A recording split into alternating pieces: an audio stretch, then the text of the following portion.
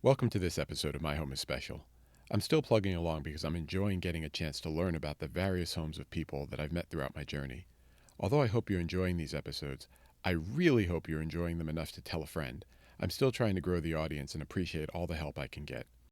In the months ahead, we have a community builder, a professor, a genealogist, and a lot more planned. Like I said, I'm going to give you a variety of people on the first Monday of each month, and I'm also going to keep sharing mid-month stories for fun, unless you all tell me to stop. This month, we have a guest that I first met almost 20 years ago. As I've been reflecting on what we're doing with the show, I realize that the bigger the passion each guest has for their home, the more they want to share it with others. This month's guest is no different. Enjoy the episode.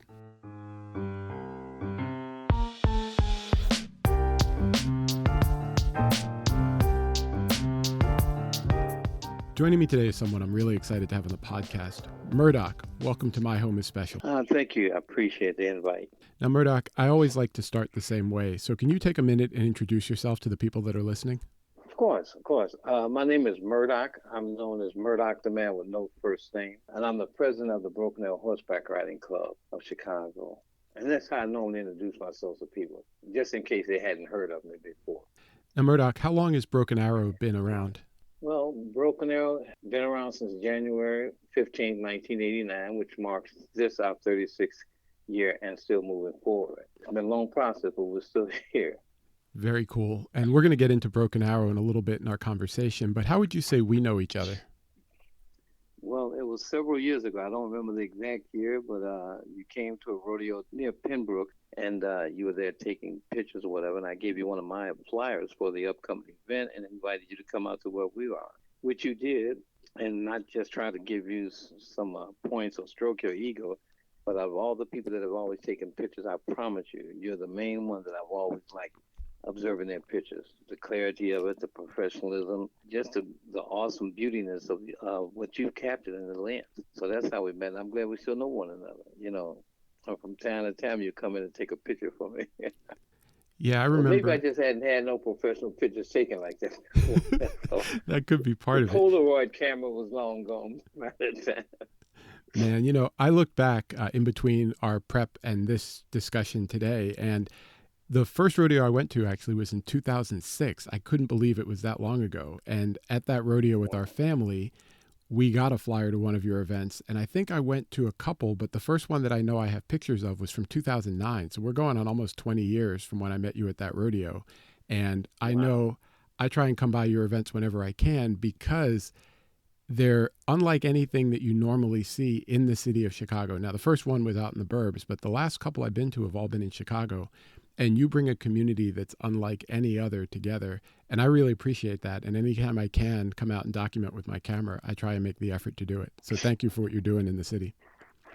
Oh, definitely my pleasure. That's what I've been wanting to do for a long time. Bring the community together with the respect of being able to actually get an opportunity to be exposed and to see and to touch the horses and the cowboys specifically, to let them know this is something that has galvanized and kept us ongoing for years, to live out their tradition of what the cowboys do, you know, and the people enjoy it. They enjoy it, and they couldn't enjoy it more than me, to see the smiles on the faces of the kids that come out to see this, as well as adults, believe it or not.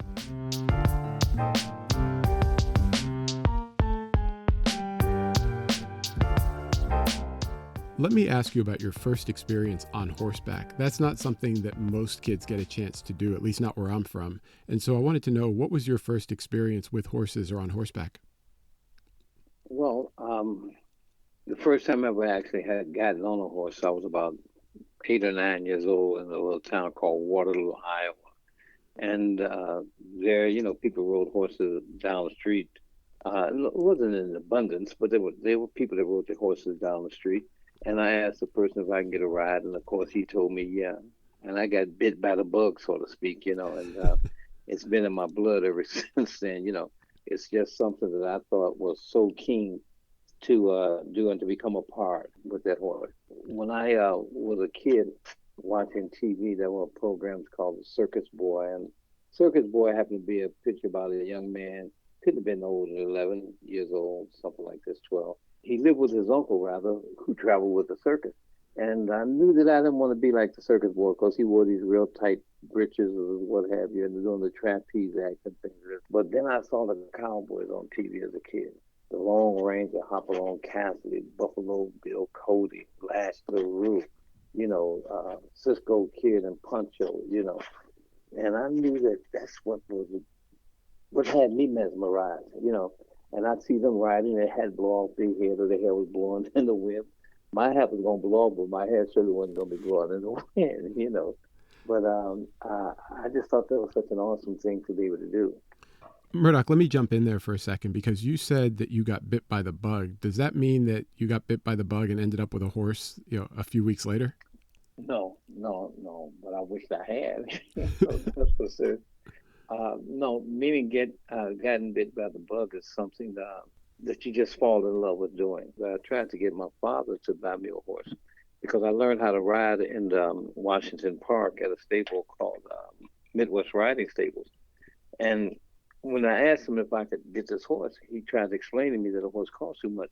Well, my father owned a business, a printing shop, and I just felt, well, he should have had $200 to buy a horse. Right. I mean, I had no concept of money value at that time, but he'd broken it down to me and said, well, if I bought the horse, that's $200. Then you got to pay every month to keep the horse there, just like renting an apartment. You got to board the horse there. Then you need medical bills for the horse. You got to pay the horseshoer to get his feet done.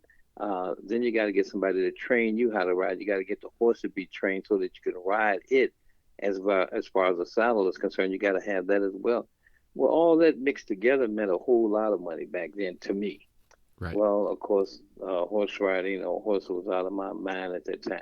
So went to the military, came back home. The riding stable I learned to ride at was burned down.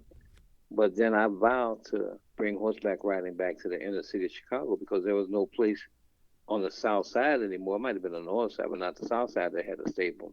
I had gone a few years later, still riding around at different stables in the different suburbs because I was still bitten by the bug. Right. And even when I was out of town in the military, I found places to go ride at.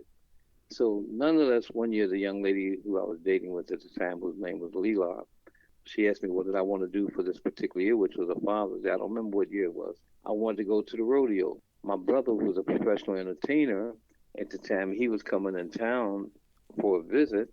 When I saw him coming into town, I couldn't go to the rodeo. I wanted to see my brother. As much as I loved horses, I wanted to see my brother. Well, the following year, I read in the newspaper, the Chicago Defender, that they would have another rodeo for the Father's Day weekend. And when she said, what do I want to do? That's it. That's what I want to do right there. So fortunately, we went to the Third Landing Rodeo out in Robbins, Illinois. He put an annual rodeo on out there. And while we were there at the rodeo, there was this one guy riding horses who looked like somebody that I had went to grammar school with. Well, after the rodeo was over with, we went to one of her girlfriend's houses that lived behind where the rodeo was being held at. Come to find out, the girlfriend was married to the guy that I went to grammar school with, who looked like the same guy that was on that horse. I thought they could have been cousins or something, which they were. Well, he came over behind the rodeo grounds to the guy's house, and we called him Huckleberry as a nickname. And I said, man, can I ride your horse? He said, yeah, you can ride him. So my friend said, yeah, let him ride him. So I went galloping off, And when I turned around to come back, my friend Huckleberry told me, I didn't know how to ride no damn horse. I thought you was going to get thrown off, And I'm thinking he wanted to see me get hurt just so that he could get a laugh out of it, right? So anyway, the guy's name was John who owned the horse. And I asked him, I said, how much does the horse cost, man? He said, oh, at that time, he said, you can get a horse for about $800 to $1,500. And I said, heck, I can do that. I'm own the business now. So I know I can get him one, And they say, well, don't buy the first horse you see. Well, 11 days later, I bought me a horse, a Golden Palomino. And we went to go show Leela's accountant. His name was Richard, the horse. She said, well, it's his birthday. Why don't we name him Rich after Richard? I said, no, if I'm going to do that, I might as well name him Famous after the rich and famous, because famous people, they don't have to pay for nothing. Muhammad Ali don't have to pay nothing if he's going somewhere. People give it to him for free. So that was my mindset. And we named the horse Famous, and people still talk about him today, and that was well over 35 years ago. And 35 years later, do you still have horses that you own? Oh, yeah. As a matter of fact, the situation about the horse when my father didn't get me a horse. I now own four. I've had other ones before this one as well, but I have four right now, and it's amazing because all four of them were given to me.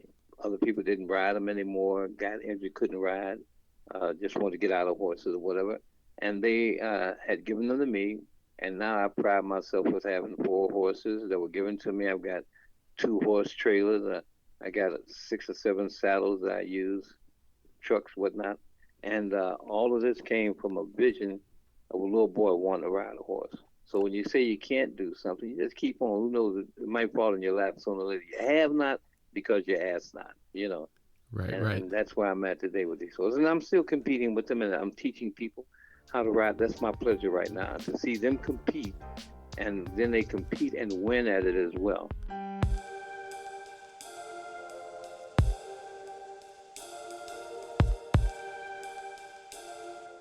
So I appreciate you sharing about your first experience on horseback, but it seems like from that early age, it's sort of become a home for you. And so when did you decide to start the Broken Arrow Horseback Riding Club for the community? What was the spark there where you said, this is bigger than just me riding horses? You know, I need to do this and build a community that's interested in the same things and can learn from it. Well, to be honest about it, when I first started out, that was not my vision as far as the community is concerned. I was being selfish. I didn't want nobody to ride my horses. That was my horse. That was something that I long wanted and waited on, you know. And I Right. was selfish, and I wanted to ride my own horse. Well, eventually, I got the spunk out of me, the enjoyment. It's like buying a brand new car. You know, when you first get it, uh, everybody says, "Let me drop you off. I'll drop you off." And then Right. after a while, you get tired of dropping people off, you know, and they keep asking you, "Look, I ain't got time, man." But before, when you got a car, you wanted everybody to ride and see you, you know. Hmm. And that was somewhat of the feeling. But now, to go back to the organization, Broken Arrow, how I got started, this young lady that I told you I was dating, we were in another organization called Illinois Pride. And then there was another organization called the International Horsemen's League. And the International Horsemen's League, they were giving a party of some sort, well, within about a month after I joined the group. And I was saying, we're going to go to this party. And the guy said, no, we don't go to that party, man. We don't associate with them. I said, man, how you going to tell me who I can't go with? You know, I'm grown. I go where I want to go. And these people haven't done nothing to me. Well, went to the party and started getting a little ill Hmm. feelings about things that was happening. And the young lady I was going with, she was not a gossiper. You know, she wasn't one of those that criticized or talked behind other people's back. And when they found out that they could not pull her into that web, so to speak, they all of a sudden wanted her out of the organization. And so, long story short, I told her, I said, look, we don't have to put up with that. You know, it's much more mature than that. And when that happened, I had been in an organization no more than about 5 months or something, if that long. And I knew from right then, 6 months later, I had given myself that time element, 6 months. I said, I'm gonna start my own organization. But the ironic part about it, I didn't know that many people to engage them Right. into being associates of Right. mine. Right. You know, 6 months later, I started the organization, and the people that came to the meeting, they said, "Well, since you wanted to start it, you become the president." So I've been the president, the founder, and CEO ever since day one. And the name came about because of Broken Arrow. It meant peace. It's a symbol for an Indian to try to shoot an arrow that's broken. He can't do it. So with his adversary, that was a symbolic reason of showing peace. And then I started going to Salem Baptist Church about 25 years ago, and only to find out that Salem meant peace. And then when we started this organization, it was January the 15th, 1989, which is Dr. Martin Luther King's birthday. So to me, that was a trinity, and he stood for peace. And so the name came synonymous. The fact is that all the other organizations, which were about 6 or 7 that was in existence back when we first started, not one of them in recognition are still involved with doing anything. Now, since then, we've got a few others that have created other organizations, but none of them have been here since the day that in conception that when I started. Community-wise, we brought a lot of enjoyment and fun and excitement to the community, just like the rodeos we do. We run ourselves out for picnics, backyard parties, block clubs, parades, or whatever. We've gone so far as even doing funerals with our horses, you know, and weddings. We've done a lot for the community, and I'm telling you, you know, we've done parties for people all the way up to 90 years of age and set them on a horse because this is something that they've dreamed about as well. Speaking of community, how big is the Broken Arrow family? Well, I can't really measure it in numbers. The community goes from, I'll put it this way, from the East Coast to the West Coast, from Texas all the way up to Oklahoma, and even up to Vegas, and there's another state of going north. I'm trying to think of. But anyway, we have a large number of people, and all they have to do is purchase a set of patches, which costs $45, and you become a member. And you represent us no matter where you are. When I sell my patches, they put it on whatever shirt they want to put it on, a jacket. It represents Broken Arrow, and you're a member. I also use the illustration about going to church. One of the guys says, well, we need to separate ourselves from just anybody. We need to identify ourselves as one of the core members. And I say, well, if you want to be a core member, do like they do at the church that I go to. If you go to church and you just come on Sundays, you're just a member. But if you come to church and you work in different ministries or what have you, and you come up missing and people don't know where you are because you're at home sick, they're going to say, where's Keith? I haven't seen Keith in a while. But just be a member. Who's going to miss you in that sense of the word, you know? Mm-hmm. So if you want to be a core member, just work. Show yourself, prove yourself worthy, you know? And that's how you show that. You don't need a patch to show that you are a core member, something separate, but you do have a membership invitation to become a part of Broken Arrow just by merely signing on and having a patch. And if you want to become a core member, get you that patch and work harder. You can become one of our core members to be identified. So that's where we are. So the numbers go across from one end to the other.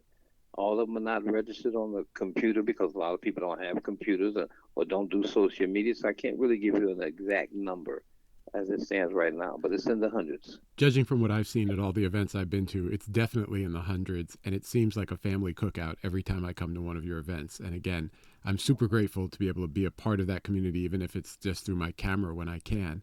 But it's certainly one that I look forward to attending the events with every time I can. Well, I certainly do appreciate it. You know what they tell you, pictures worth 1,000 words. With as many pictures as you've taken, you just spoke a whole lot to a lot of people, brother. You really have, and I'm very grateful for that, too.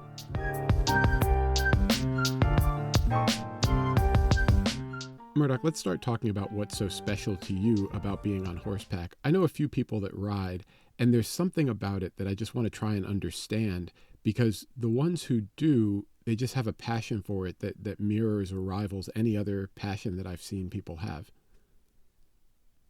Well, do understand by owning this animal, um, you have to take care of the animal, and the animal will take care of you in that sense of the word. However, when you purchase one, some people have ranches where they can let the horses come out of the stables and roam free on the pasture. And when it's time to eat dinner, the horses know to come back. It's in a memory frame, like muscle memory. However, it's time consuming. There's work involved. It's a lot of work involved. You want to ride in a car and own one, but you don't want to change the oil or wash the car or what have you. You know what I mean? But the car has to be taken care of to keep its value. And the same thing with a horse. If you don't feed it properly, you lose the value of the horse because now it's not going to maintain its weight and things of that sort. There are certain elements that you have to do that. You have to clean their stalls so that they have an area not totally free like you make up your bed every single day, but you have to go and clean their stalls. You have to bathe the horse. He has to have his medical history looked at from time to time to make sure that he's still in sound health. Like anything else, if you don't take care of it properly, it doesn't take care of you. You own a home, if you don't clean it or what have you, it starts looking raggedy and ran down. Same thing with the horse. And so consequently, that's a tangible asset that you have and to show that to the horse. Horses have a sense of recognizing fear when it comes to their owners. They know whether you care about them, whether you don't care about them, whether they're afraid of you. It shows a lot of camaraderie between the two of you guys. With that being said, you can do a whole lot with that horse. You'll be able to train that horse to do various things. And then when you look at it, so when I mention the word train, basically a horse does any and everything that you see a horse doing. It already knows what to do before you get him. The only difference is you're teaching that horse how to respond on command.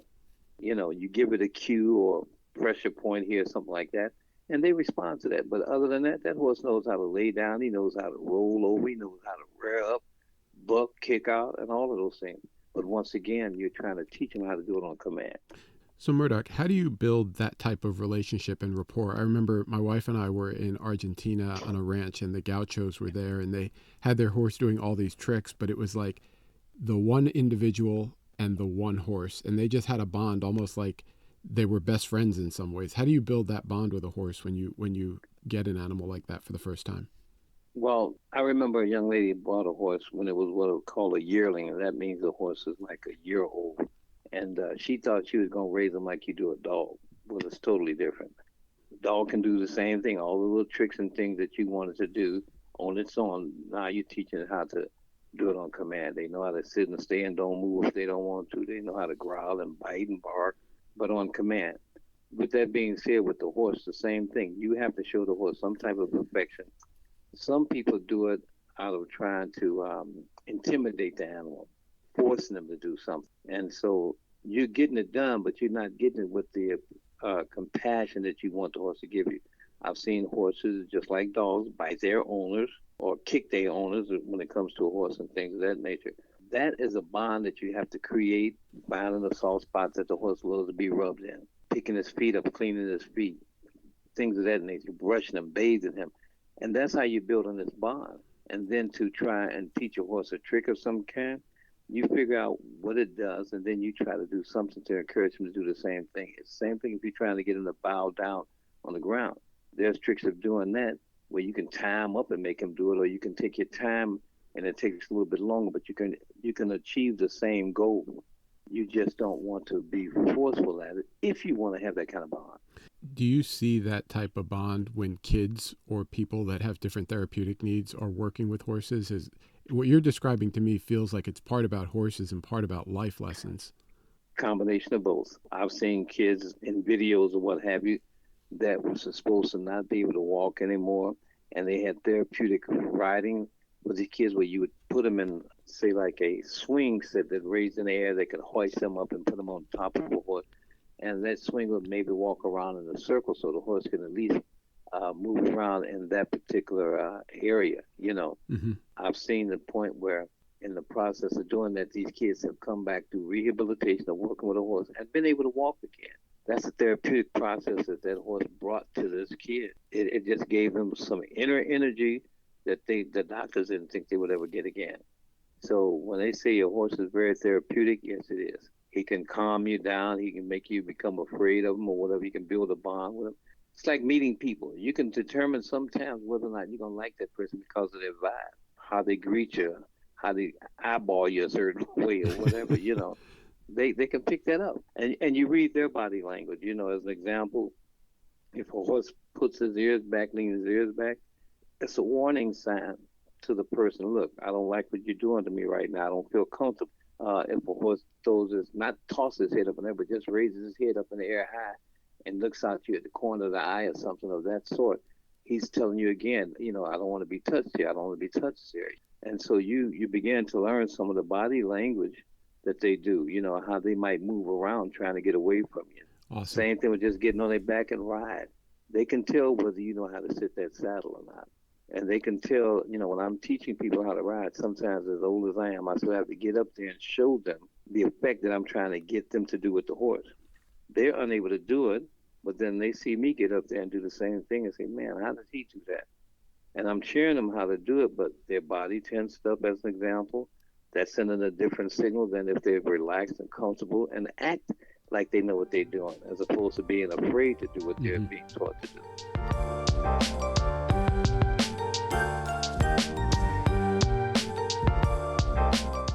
The other part of what I've seen with Broken Arrow for almost 20 years is the community that you bring together. And I want to talk about why that's so special for you. And I saw you a couple of days ago at the show here at the South Shore Cultural Center, and you were on the mic and you were right at home, and everybody was cued in to you and everybody was cued into the competition that was happening. And I just had a sense that it was a special place for you being in the community. And I want to talk about how you built that into what it is today, which is very special. That's a special question, and it deserves a special answer. And the reality of it is that I don't know how. I'm just being myself and being at home and enjoying the environment in which I'm in at that time. I know I've worked hard and diligently many sleepless nights trying to prepare to get to this point, paperwork, knocking on doors, phone calls, etc. And I felt that my efforts were not in vain. When I first started this event, it was called the Gymkhana Gaming Show, named after the person who created the events. First few years that I did the event in the suburbs, people came because in the suburbs they knew what it was about, the Gymkhana and the gaming show. They knew what this was making reference to. But when I decided to bring it into the city, these people had not heard of Gymkhana or the gaming show, so only a few people came. But then I decided to surmise it by simply saying I'm gonna call it the Speed in Action Rodeo Horse Show. And then people know what they knew what rodeo meant, but they didn't realize the speed in action what that meant. So we don't have the rodeo in the sense that we have the bucking bulls or the bareback riding Right, horses, right. calf roping, and things of that sort. Okay, so it's about going through obstacle courses for the best time, speed, and action. And the best time wins cash money and prizes, trophies or whatever. We have kids that come sometime as young as 3 years old, and they walked around with a horse, or their father or mother trots them around the barrels. And this is how they started developing and getting to that point. I've got people that's been around me for over 30 years when they came to their first event and still coming. They've turned out to be bull riders. Some of them are calf ropers and steer wrestlers and things of that sort. So I try to give them the fundamentals of teaching them how to ride. And if you can do that, then you can add other things on to it to enhance or increase your skill level. But when you look at it, people say, "Well, that ain't no rodeo." Well, it is. They have bus rodeos, motorcycle rodeos, bicycle rodeos, and all they do is go into obstacle courses and things of that nature. You have a bull riding rodeo. All they got are bulls. You see what I'm saying? Hmm. So it depends on how you want to describe it and how you want to develop it, so that people can get indoctrinated with it. I got nothing but praises and compliments on what we did this past Sunday.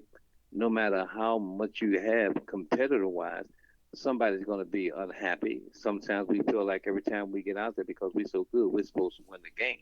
Even Michael Jordan and Kobe Kobe. Bryant, they're good, but they couldn't win every single game. Murdock, let me ask about the other types of events that you do, because the Speed and Action Show, again, you had hundreds of people out. I don't think I've ever parked that far from this South Shore Cultural Center to go to an event there as I did this past Sunday. But you do other events throughout the year where you're bringing the community together. I know you have a high noon ride that you do every year, and you do other events throughout the year for the community, not for a birthday or a funeral or a parade, but just you get the Broken Arrow community together. What are some of those things that you're doing? Well, like you said, we do the Hannon Riding Picnic, and that's always the very last Saturday of July, which is free to the public. People who come out with a horse, we just ask them to pay a $25 registration fee, which entails help us to pay for the insurance in the event that someone gets hurt by somebody else's horse or some property is damaged by somebody's horse or something of that nature. Mm-hmm. Mm-hmm. That was our key contribution to starting out was the Hannon Riding Picnic. We're also doing now riding on the Juneteenth, as I call it, Juneteenth ride. I don't want to call it a parade because then they start saying, well, you need a permit to do this, etc. Blah, blah, blah. This will be our fourth year doing that. Ever since the George Floyd uh, killing or what have you is grown. What tends to happen is that you have to start making people not forget where they come from and what has caused us to be the type of people that we are in terms of resilience.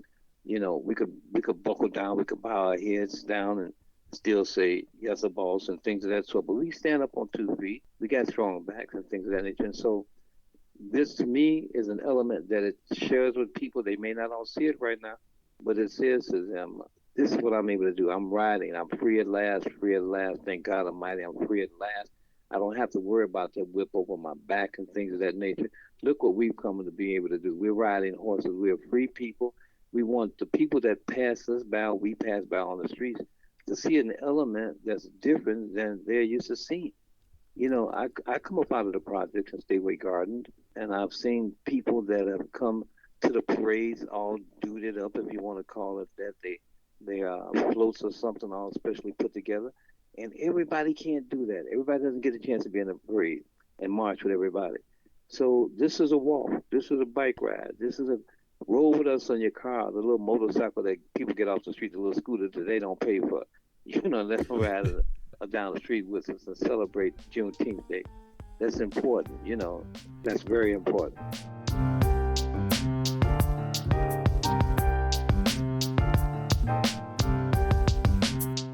The last thing I wanted to talk about was what's special about you bringing horses and horseback riding and black cowboys and cowgirls to Chicago. As a city resident now, I didn't grow up in the Midwest, and I always do a double take when I see someone riding a horse in the city. And I know you have the ride tomorrow and you do the high noon ride, but why is it important for you to be so visible? I mean, you're not hiding when you're on a horse riding down King Drive or down Cottage Grove. For those of you who are in Chicago, know those are main streets. There's a lot of traffic on those streets, and here comes Murdock and the Broken Arrow community on horseback. Why is that so important to be seen and visible in that way? Because you could ride in the suburbs and gallop in the parks and do all those things, but you choose to do your stuff here in the city. Fair question. Very fair question. I'm not one who takes credit for a lot of things. I don't always try to jump out to be in front when the newspaper comes or the TV cameras come. And they've come. Just as a quick analogy, we've been in the Chicago Defender, the Citizens newspaper, the Sun-Times, the Tribune. We've been in the BBC, been in Jet Magazine, the news channels 257 and 9, WTTW. Those are a lot of things that we've been interviewed through and by, and people have seen us with it. And people are camera holders. They want to be up there, let them go. I just want us to be able to see us in the light that they've not seen us before. Now, why is that so key to me? Because I come out of the projects, like I said, one of the areas in which I lived in, and knowing that this was a dream of mine and how it made me stay on the right path. I could have gone the wrong way, meaning get out here and sell drugs or, stick people up or breaking cars. I could have done all those things. But I saw this as a rescue for me, not to be even to get involved with something of that nature and to stay focused on this. And this, which I've stayed focused on, I brought this to the arena, to the city. I've had a guy, I promise you, I had a guy years ago. He wanted to help me get stable here in the city. And he told me who he was, and he said he had met me before, and I thought he was lying. But he identified where he met me at, and he invited me to come downtown to his office. The first day I met this man, he gave me $5,000 check. I said, he's for real. He's for real. He kept on trying to help me. Well, it never came to a fruition. He had to do something because he told me, he said, Murdock, these people are not going to let you build no stable here in the city. He said, why don't I just buy you 10 acres out here in the suburbs or something and build your barn and be through with it? I said, well, you know what? I said, I appreciate you saying that, but God has put it in my heart to do what I need to do inside the city of Chicago. Now, there's many times that I thought maybe I should have taken him up on that offer and gotten that barn. At least I would have had something, but I didn't do it. Nonetheless, outside of all of that, I have not lost a minute of sleep concerned with how I'm going to get to my next level. It may not come when I want it, but it comes. And I thank him for wanting to do that and help me out. He's moved to New York since then. To be able to do this in the city of Chicago, where people don't have access to get into the suburbs to do it, that's why I do that. Man, people in the suburbs, they got cars and stuff. They can get around. Man, it's amazing because I see when I'm at your events, I see the people who clearly grew up around horses or who, to use the phrase, it's not their first rodeo. But I also see like the kids and when it's their first time there and they see this gigantic animal that they're looking up at and they get to pet it or they get to ride it. And it's just something that I don't know if they'll turn out to be bitten by the bug. A lot of them I'm sure do. But I know it's something that they're not going to forget. And you're bringing that to a group of people in the city of Chicago through your events, through your visibility that would never have it otherwise. And it's just really awesome to see. I appreciate you saying that, but I want to tell you this one quick story that I'll be through on my end if you don't mind. We were at one of the community block club parties, and this little boy they had a line, and he kept letting everybody but him. No, you can go ahead. He didn't want to get up on his horse for nothing in the world. And I refused to give up on trying to coax him, right? I finally got him to let me pick him up, and I got him to rub the horse. So that was as far as he would go. So he got down, he went back over to wherever he was at with his parents or something. About 10 minutes later, he come back. He said, okay, I'm ready to try it now. I'm ready to try it. I said, you sure? He said, yeah. Got him on there. He rode whatever little distance we took them for. He got down. He must have come back about 4 different times to get a ride on that horse. I said, how come you're so excited about riding a horse now? He said, I don't know. He said, but you know what I really want to do? I said, no, what's that? He said, I want to pet a lion. I said, what? I promise. He said, I want to pet a lion. I said, do you know what a lion would do to you versus a horse? I don't care. I still want to get a chance to pet that lion. Teaching kids I'll to, never forget that. Didn't want to pet this big old horse, but you wanted to pet that little old lion. man, Yeah, oh man, that was funny to me. man. Uh, He's overcoming his fears one horse at a time, but maybe he'll learn yeah, some I think lessons so. along the way before he meets that lion. That was something awesome. Yeah. So that brings the joy to my heart to see the smiles on their faces. So that's why I keep coming.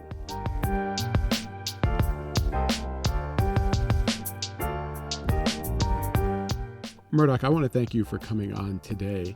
You mentioned that the last Saturday in July is always the High Noon Ride, and you do the skills competition, I assume somewhere around Father's Day and other events throughout the year. You mentioned to me that Hmm. there's the Broken Arrow Horseback Riding Club page on Facebook, and they can also go to brokenarrowhorsebackridingclub.org to find more about the events. And Murdock, I want to thank you for taking time out. I am catching you on a weeknight between two big events for the Horseback Riding Club, and I appreciate you making so much time to speak with me tonight. So thank you. You make it so easy to talk with. I want to thank you. You know, I'm like the little kid scared to get on the horse, afraid to talk. But you bring out the best. How about that? Amen. Thank you, brother.